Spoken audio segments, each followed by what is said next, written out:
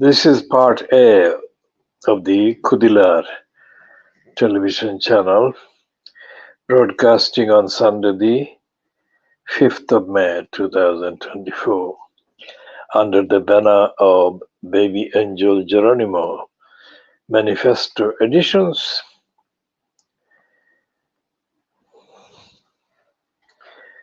The results of the so-called elections to the London Assembly and the mayor at the expense of the people of London are now confirmed. But these results are misleading and deceptive because they don't actually show anything whatsoever about the conduct in the elected post by any of the people elected. When Sadiq Khan was elected for the first time in 2016, one of the first appointments he made, or probably the first appointment he made, was that of a career criminal called Sophie Linden, a Hackney councillor. Now, Sophie Linden, without any doubt, is a woman. It's a white woman, but she has not featured in any reports, criticism, or comments by the media about the kidnap, rape, murder, and the burning by the policeman Wayne Cousins of Sarah Aberard. How astonishing! Would Sophie Linden escape criticism if she were black, she were Asian, she were Muslim? Most certainly not. Just imagine for a minute if Diane Abbott was there in that post. I don't think they would tolerate her even for a year in that post.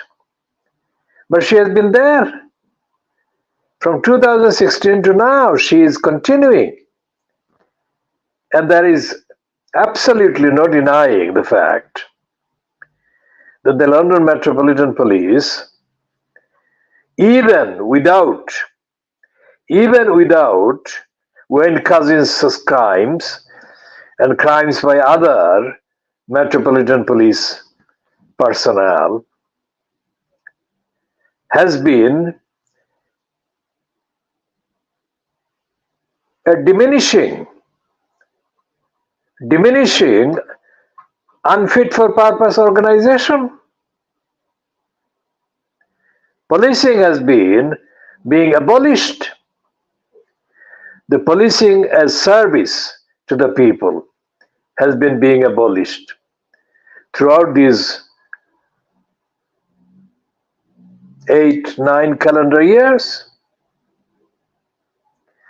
So the results that have been qualified both by the BBC and Sky News and others as Sadiq Khan's historic,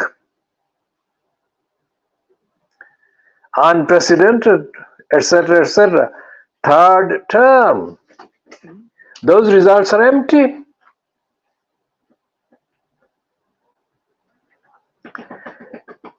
Every aspect of the policing duties owed to people, every aspect of the duties owed under policing by the London Metropolitan Police to the 8+ million people in London is unfit for purpose. There is no accountability by the police, despite the fact that Sadiq Khan, as elected post holder in the post of mayor at the expense of London, is what they call ex officio head of the policing authority. And in his apparently delegated responsibilities, delegated to Sophie Linden, it is Sophie Linden who should have been held to account.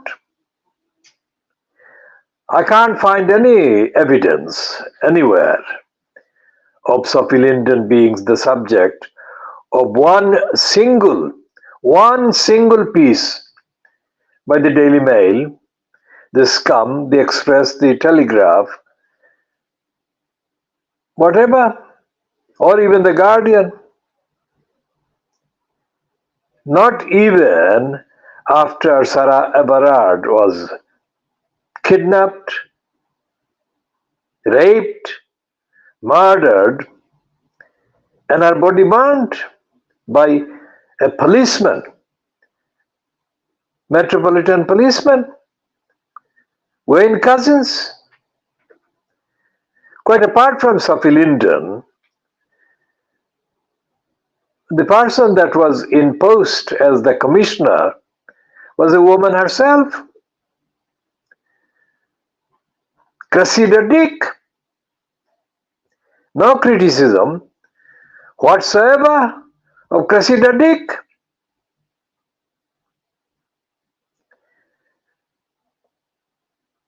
In fact, when Sadiq Khan made minor comments, and he always makes minor comments, not major comments.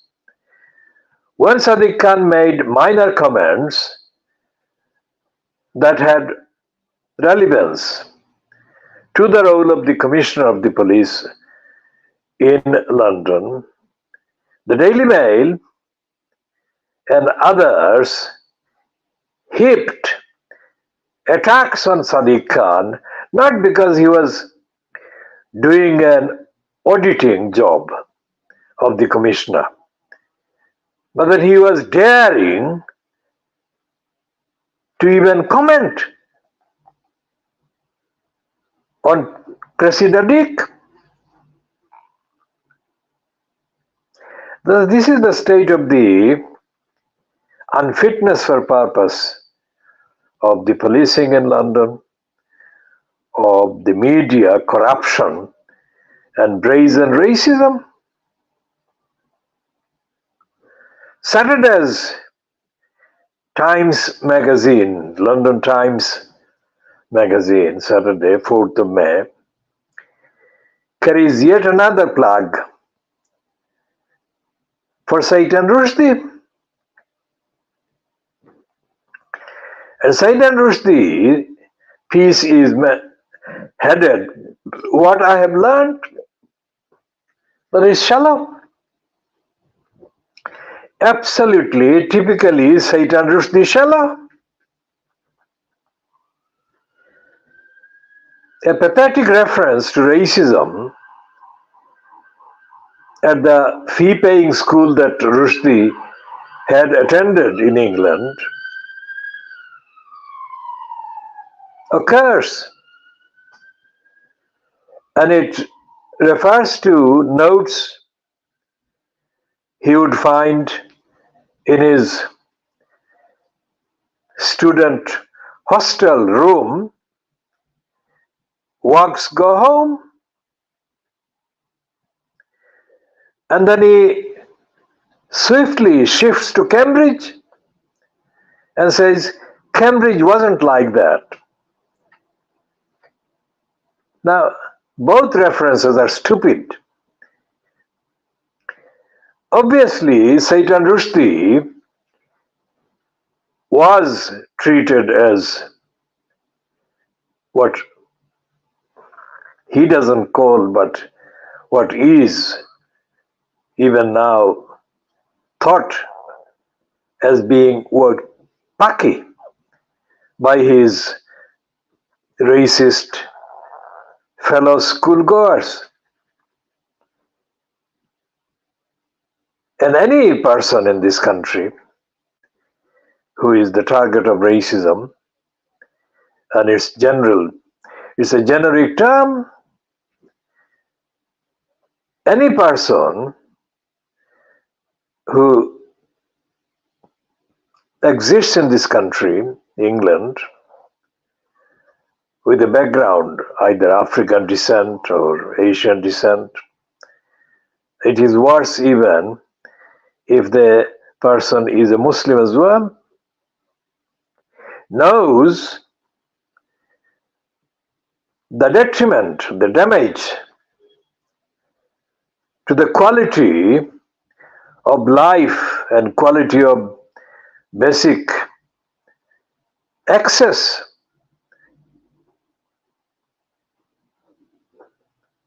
that is brought about by the operation of facts of racism. So Satan Rushdie would never be given the platform that he has been given because he is an attacker of Muslims. Had he written, instead of Midnight Children, which is against Muslims and satanic verses, if he had written a book about racist Britain, they would say, how dare he, ungrateful.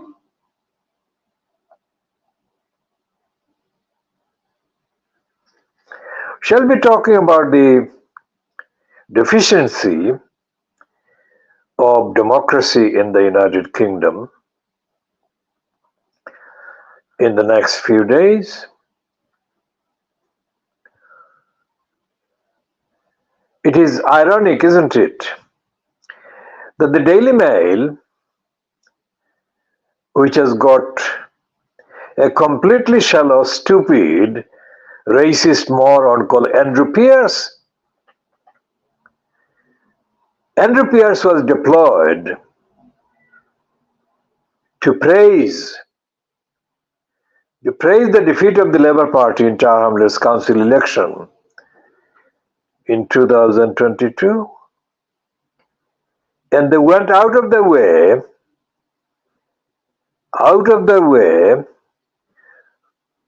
the 7th of October, Hamas actions against the Zionist state of Israel, when the Labour Party was the subject, the Labour Party in the United Kingdom was the subject of reported outrage by Muslims, because the political murderer of the Labour Party, Keir Starmer, was fronting a party organization and policy that was backing the Zionists. Based on that, some protests took place against Labour Party elected post holders, including in Bethnal Green and Bow, outside the Cambridge Heath Road office of the Labour Party in Tower Hamlets, which was targeted by protest rallies, because it was officially the political party address of Rushnara Ali. Based on that kind of expression, Andrew Pierce and the Daily Mail and other racists rushed to conclude that Lutfur Rahman would pose a serious threat at the next general election. to the Labour Party. Well, that is a lie, because it wasn't based on the evidence that Lutfur Rahman would sweep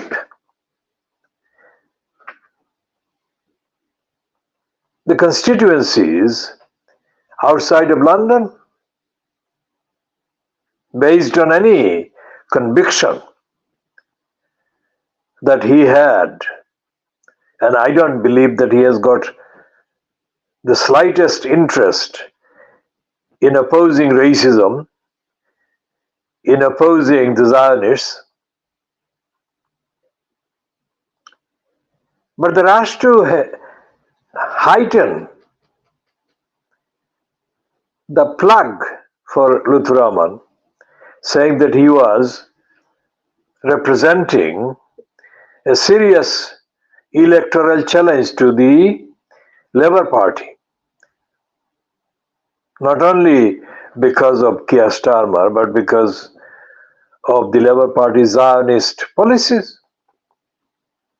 That's not true. That cannot be true. Because neither Lutfur Rahman nor any of the others, including George Gate Galloway,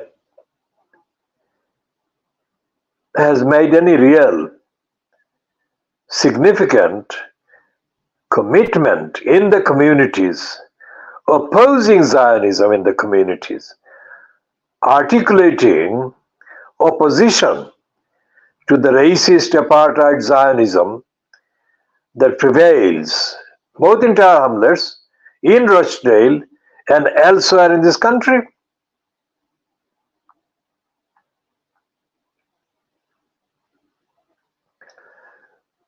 In fact, the Zionists have succeeded in persuading Lutfur Rahman in Tower Hamlets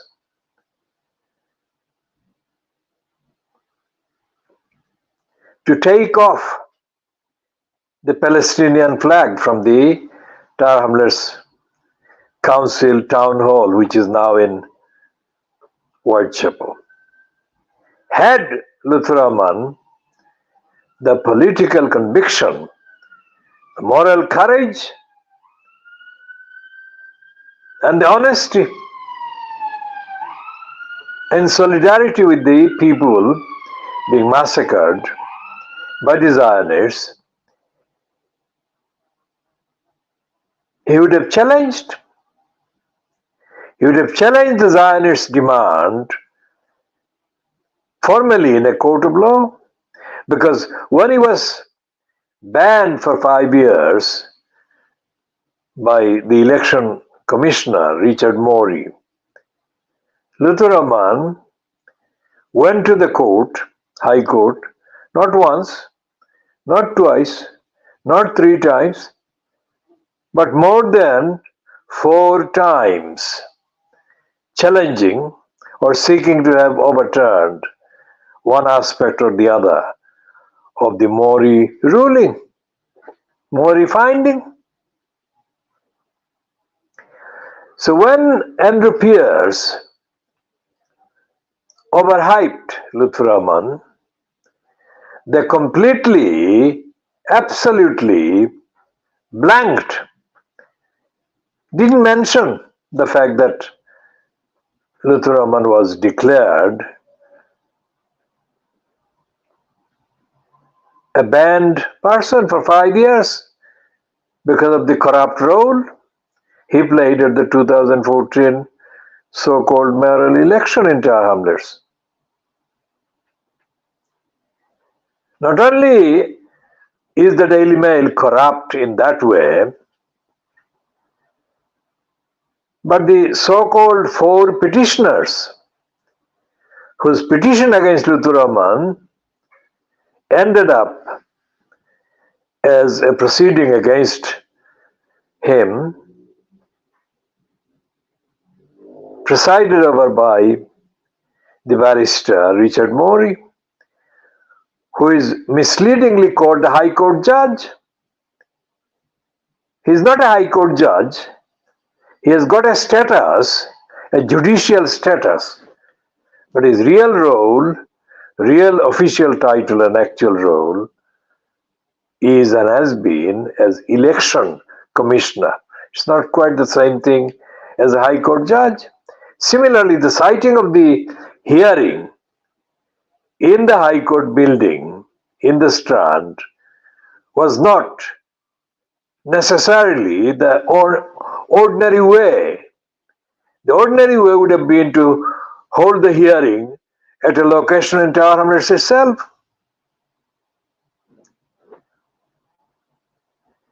But the racists conspired to take the hearing location, the venue, away from a location in Tower Hamlets and hold it in High Court in order to add the false, misleading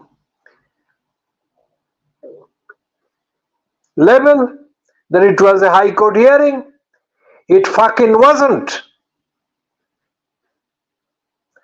So the petitioners that made the actual application have remained completely silent, absolutely silent since the 23rd of April 2015 when the Richard Morey ruling was made.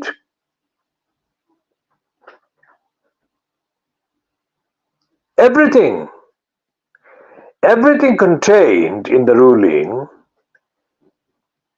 made in the name of Richard Morey and condemning Luther Roman's corruption and dishonesty and unreliability.